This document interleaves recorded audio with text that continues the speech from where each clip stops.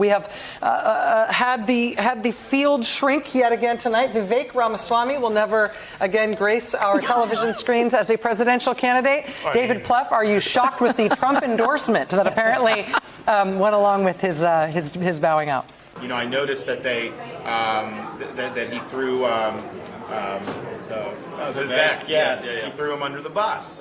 You know, it's like I've never seen a candidate run for an office and basically campaign for another candidate in the same race before, and that's what's happened. But the minute he wasn't useful, you know, they dropped the hammer on it. So that's just kind of the way they are.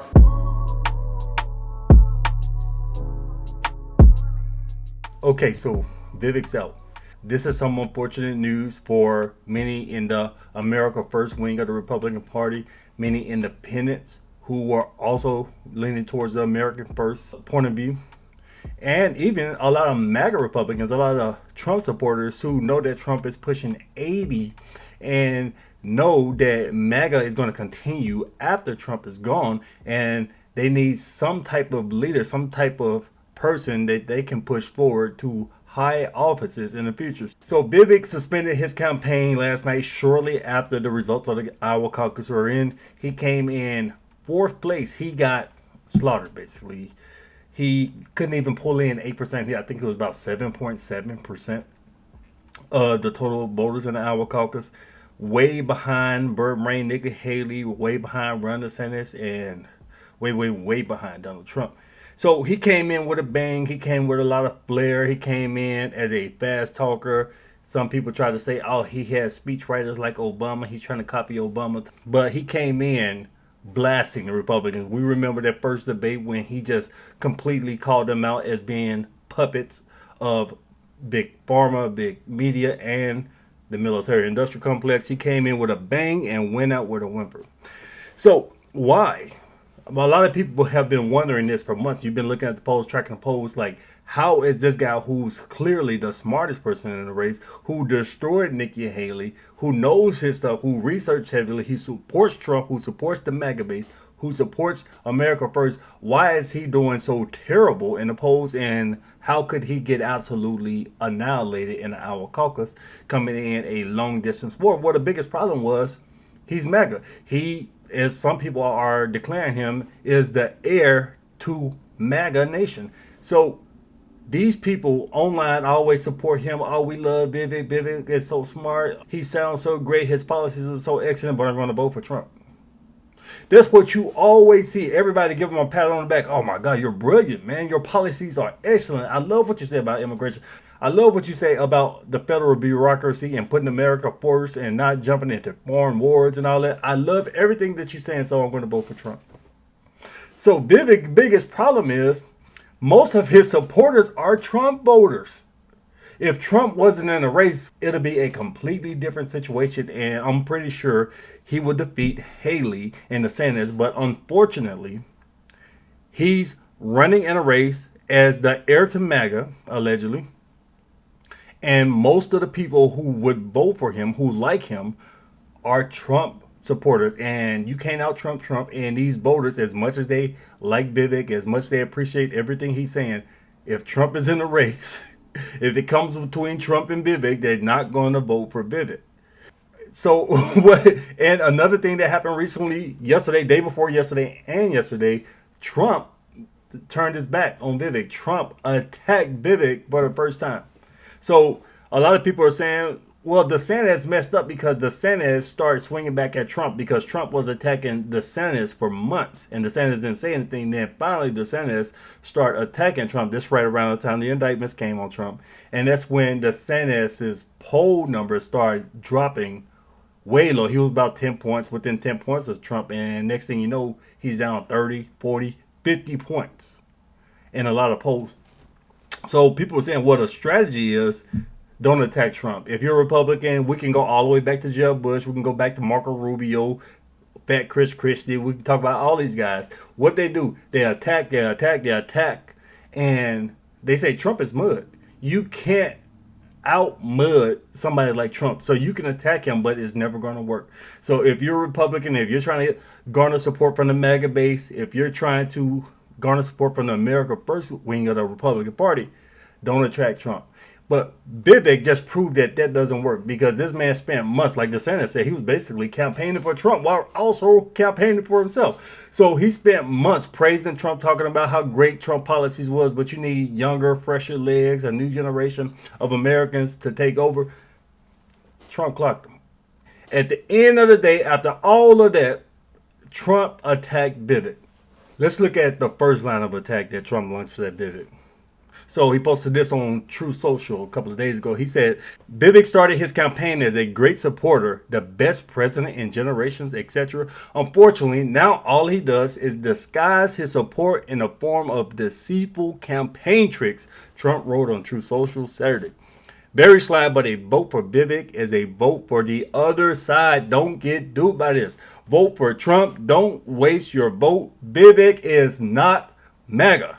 The Biden indictments against his political opponents will never be allowed in this country. They are already beginning to feel MAGA, he added. So there you have it. Vivek spent his entire campaign praising Trump, talking about how great Trump was, getting pat on the back from MAGA nations, being declared by many in MAGA nation as the heir to MAGA. And right before the first votes are cast, Trump clocked. Trump said, hey, look, this guy ain't MAGA. Don't vote for him. Don't waste your vote voting for somebody like Vivek. So a lot of people are speculating, well, this could be Trump trying to suck votes. Maybe Trump was concerned about Nikki Haley and DeSantis. Not really concerned about them winning, but Trump wanted to stay above the 50% threshold and make sure, for optics' sakes, he secured a landslide, an enormous victory. And I guess he saw some low-hanging fruit. He said, look, a lot of my MAGA voters are going to vote for Vivek, so I need to clock him and suck away some of those votes. And that's exactly what he did. And like DeSantis said, look, this man is sitting here praising Trump, and he just got clocked. So let's look at what Vivek had to say about Trump throwing him under the bus. Why do you think former President Trump threw you under the bus over the weekend? Well, I didn't get thrown anywhere, but I think there might have been an attempt to do that.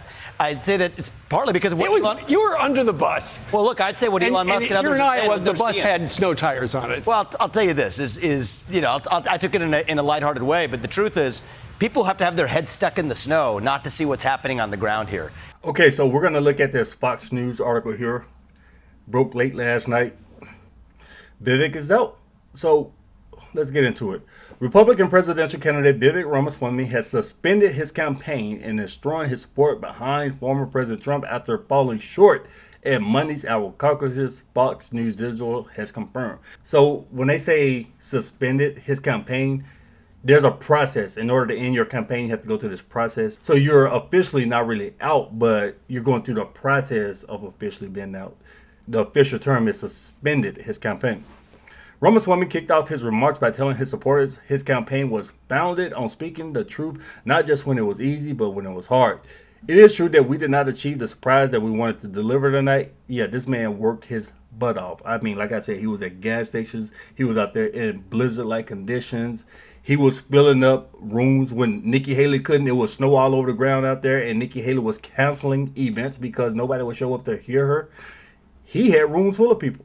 So he seemed like he had enthusiasm on the ground. It seems like he was expecting, probably not to beat Trump, but he was expecting to get some support from the DeSantis and Haley voters. But clearly that didn't work because these voters, especially the Haley voters, are more inclined to vote for George Bush-like Republicans than someone like Vivek.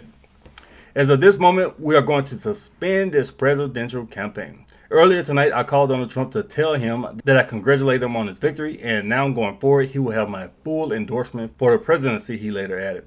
Ramaswamy earned roughly 8% support among caucus goers, trailing behind both Florida Governor Ron DeSantis and former UN Ambassador Nikki Haley, finishing second and third, each at roughly 20%, while Trump shattered contested caucus records, earning more than 50% of the vote. Ramaswamy, who entered the race of February last year with virtually zero name recognition, outlasted several big-name Republicans, including former New Jersey Governor Chris Christie, South Carolina Senator Tim Scott, and former Vice President Mike Pence.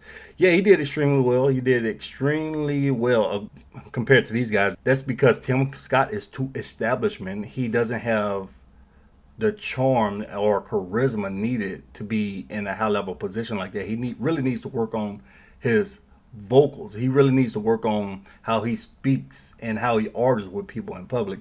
Mike Pence, we already know. Chris Christie, yeah, full-blown Trump hater. His entire campaign was about attacking Trump.